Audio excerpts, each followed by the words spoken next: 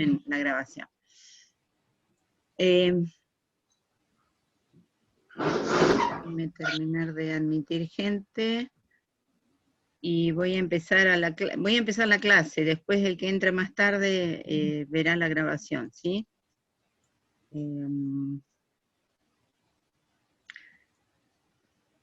Vamos a ver este tema. Ustedes en las clases anteriores estuvieron viendo fuerzas concentradas, ¿sí?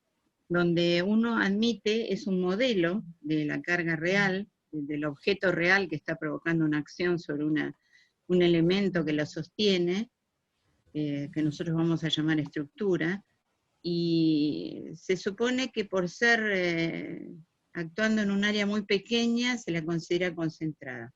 Pero a veces esa suposición de concentración de carga no es posible, o no es válida, o no es el modelo más adecuado, entonces se habla de fuerzas distribuidas sobre superficies, o distribuidas sobre curvas, o sobre rectas, ¿sí?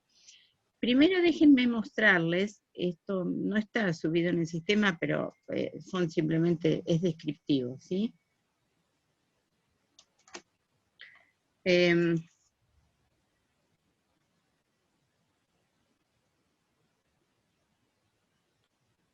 está muy grande, espera.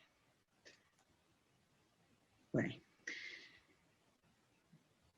¿Cuándo vamos a hablar de cargas distribuidas y en qué situaciones un ingeniero se ve enfrentado a modelarla, a la carga o a la acción externa como una carga distribuida? Bueno, un caso típico, y el primero en el que pensamos, es el peso propio de una estructura, ¿sí? Por ejemplo, este galpón tiene elementos estructurales, tiene las vigas, tiene las correas, tiene las chapas, tiene el aislamiento, que hace que esto pese, tenga un peso, y tenga que ser sostenido por esa propia estructura. Así que a eso se lo suele llamar peso propio. Otra acción muy común en ciertos tipos estructurales es el viento, ¿sí? El viento es una acción externa por movimiento de fluido, por diferencia de presiones. Entonces se mueve el fluido, y si hay un objeto que intercepta ese movimiento de fluidos, se provocan fuerzas sobre, por ejemplo, este galpón, sobre las paredes, sobre el techo. Otra acción que depende, por supuesto, de qué lugar estemos hablando, de climas, pero la acción de la nieve sobre estructuras, sobre viviendas, sobre galpones, sobre máquinas, es algo importante a no olvidarse, y también tiene acciones distribuidas sobre toda una superficie, ¿sí? No es una carga concentrada.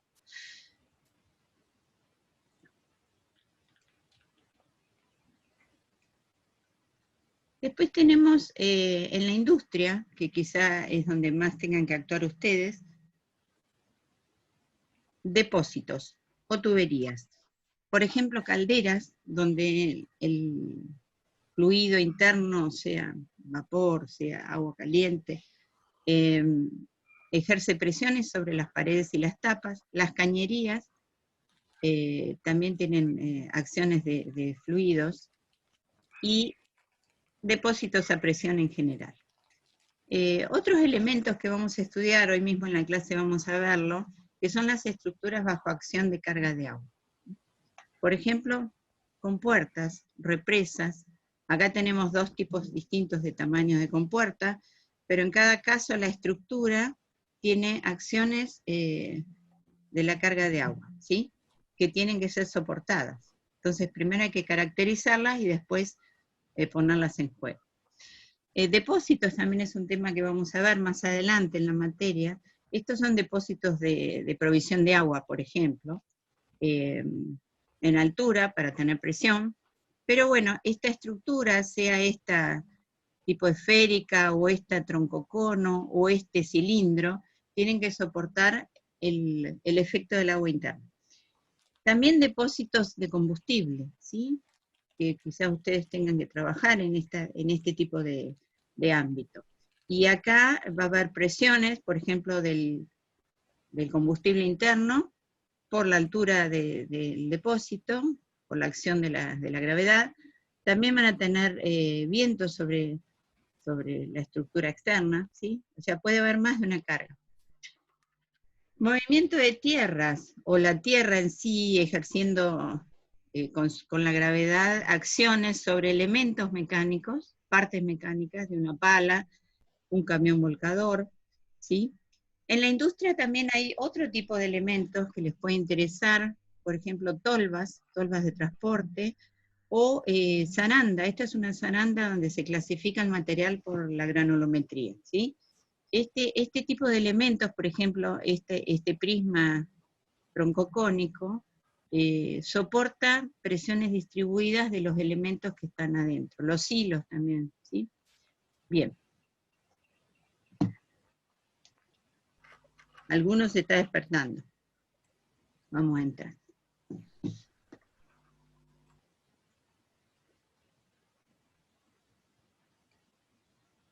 Bien, vamos a pasar a la clase en sí.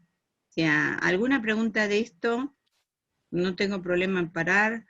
Son ejemplos, vamos a ver que no necesariamente vamos a trabajar con este dibujo, con esta foto, sino nosotros vamos a modelar esto de forma más sencilla. Quizá ustedes todavía no van a trabajar en lo más difícil, que es pasar este objeto complicado al papel como un modelo de rayitas y superficies y flechitas, ¿sí? Eso requiere un poco más de entrenamiento que pasar de un objeto real a un objeto modelado. Eso pasa en todas las disciplinas. Bien, déjenme hacer esto. No tengo más gente esperando por ahora.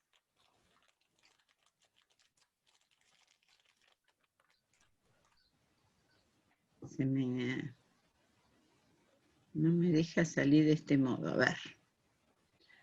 Ténganme paciencia, porque yo soy nueva en estos lides y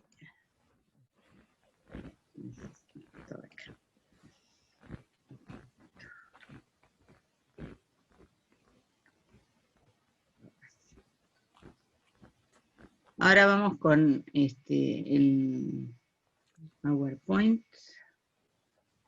Esto es un PDF en realidad.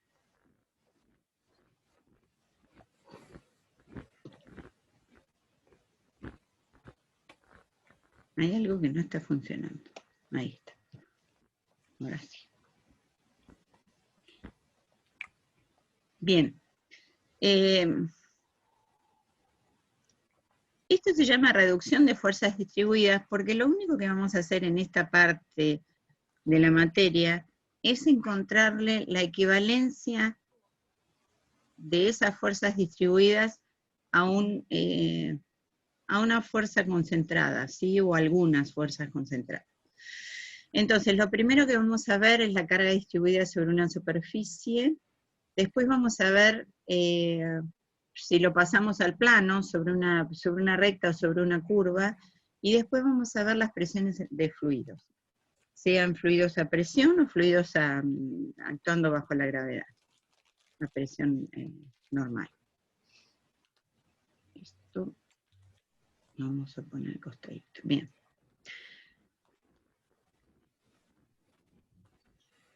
Vamos a ver cómo funciona esto. Recuerden que cuando se termina la sesión vamos a volver a vincularnos, ¿sí? Todavía no logramos que la universidad nos dé una licencia profesional. Bien, vamos a llamar entonces a estas cargas que estuvimos hablando hoy, presión del viento, presión del agua en un tanque, o peso de granulados sobre contenedores, sobre silos. A estas las vamos a llamar cargas distribuidas, ¿sí? Voy a ir a este dibujo, a ver si esto no está habilitado.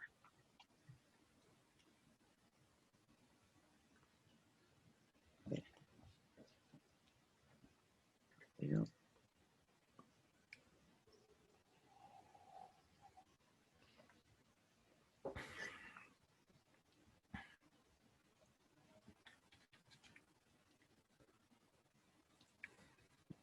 corre para arriba.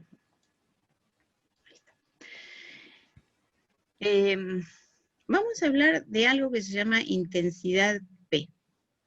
P minúscula, ¿sí? Para distinguirla de la P mayúscula que a veces se usa en cargas concentradas. Entonces, si uno imagina una superficie, una placa, un elemento plano, delgado, donde está actuando una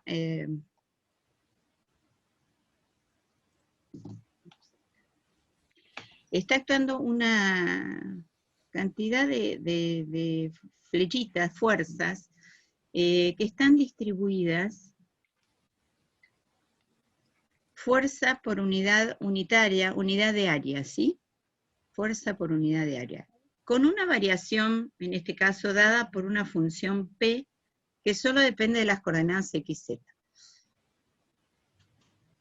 Acá está el sistema de ejes puestos. Estas pirámides chiquititas son como apoyos, ¿sí? O sea, este elemento está apoyado sobre 4 vértices y es simbólico, está indicando eso. Nos vamos a ocupar de este volumen de flechitas. Voy a intentar hacer algunos dibujos. Insisto, ténganme paciencia, no es lo mío. Entonces, yo voy a intentar dibujar un volumen que está indicado atrás en sombras, ¿sí? Estos son dibujos excelentes de Claudia, que yo estoy lejos de repetir. Este es ese volumen, o más o menos, que está por ahí, que lo voy a llamar dB, ¿sí? Perdón, vamos a cambiar a esto, vamos a hacer un dB. Ese diferencial de volumen que está aquí en sombras, tiene una base que es un diferencial de área en el plano XZ. Por favor, pregunten si me voy por las ramas o por si no entienden o voy muy rápido, ¿sí? ¿Y qué tiene de altura? De altura tiene la P minúscula, ¿sí? Que es la intensidad de la carga. Entonces, el volumen lo puedo calcular como la multiplicación, es un prisma regular que tiene una base cuadrada, dA es en matemática elemento de área, ¿sí? Es un elemento de área. Entonces, este elemento de área multiplicado por la altura me da un volumen, en unidades de volumen, ¿está bien? Y esa unidad de volumen para mí es el pedacito de fuerza, o sea, yo en ese volumen, la resultante es una fuerza que la voy a llamar dF, diferencial F. Discutamos las unidades de esto. La intensidad P dijimos que es una fuerza por área, por unidad de área, y entonces la unidad, digamos, básica en nuestro sistema internacional, unidad de presión, es la que ustedes conocen como Pascal, ¿sí? Digo que ¿la conocen? ¿Sí? ¿Alguno contesta? ¿Sí? Sí, sí. Seguro que la conocen. En realidad, para las cosas que manejamos nosotros, para nuestra medida de ingeniería mecánica o industrial, es muy chiquita la unidad Pascal, ¿sí? De hecho, ¿alguno sabe cuánto es la presión atmosférica natural, la normal? 101.300. 1003 hectopascales, ¿puede ser? 1013 hectopascales, muy bien. 1013 hectopascales. ¿Hecto qué es? Cientos. 100, ¿no? 100, o sea, estamos hablando de 1000, después hay que poner un 100 más, y ahí aparece el pascal, imagínense, ¿sí? O sea, 1000, 10.000, 100.000 pascales.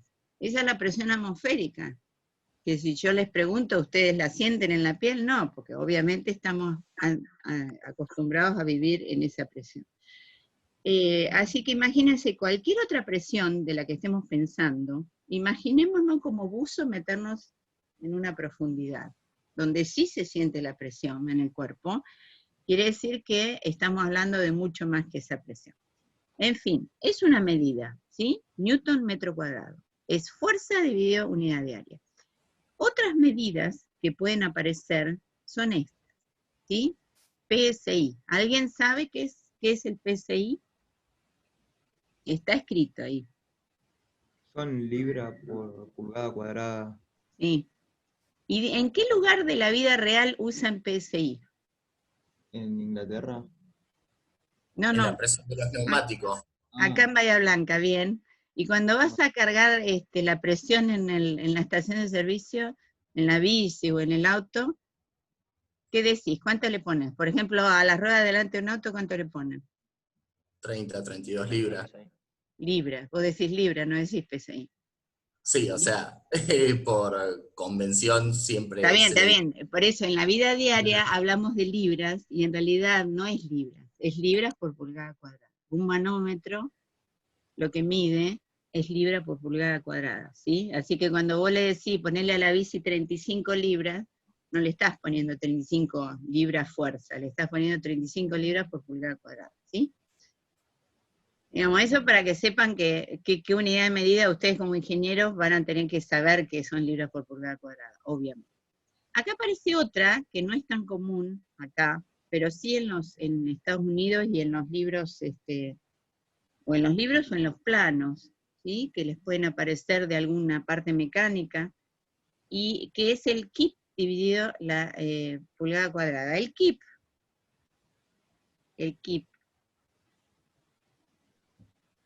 es la tonelada americana, son las 1000 libras, ¿sí? A veces aparece como una K también, pero no es un kilo, sino que es un kip. Depende en qué contexto está, cuidado con eso, ¿sí? Y otra medida que acá no está escrita es, por ejemplo, kilos, los kilos del sistema técnico, el kilo con que vamos a pesarnos a la balanza, porque la balanza no está en Newton, ¿sí? Nosotros tenemos la balanza en kilo. Así que el kilo se usa, y puede ser kilo por metro cuadrado, por centímetro cuadrado, ¿sí? Digamos, combinando medidas tenemos otras cosas. También pueden aparecer toneladas en vez de kilos, digamos, pero sean consistentes con el sistema que estén usando. Si son consistentes, a veces no hace falta andar haciendo cambios de unidades. Si mezclan sistemas, cuidado. Entonces, sin irnos por las ramas de esto de las unidades, lo que estamos haciendo, lo que queremos hacer acá es encontrar toda esta carga distribuida reducida a una resultante y dónde está ubicada esa resultante. Por eso y pusimos esta clase acá, porque ayer ustedes vieron la propiedades geométricas de un área, donde calculaban áreas, centroides, ¿sí? ¿Estuvieron viendo? ¿Alguno vio centroide ayer o no llegaron a verlo? ¿Sí? ¿Alguien se acuerda? Sí, llevamos. Llegaron y anoche se quedaron estudiando la clase y me van a decir que es un centroide. No, no es la idea. La idea es que más o menos escucharon hablar de esto, ¿sí? ¿Qué quiere decir el dibujito de la izquierda y el dibujito de la derecha? Quiere decir que esta R resultante de la fuerza distribuida a la izquierda, ubicada en ese lugar que es el centroide, va a provocar un efecto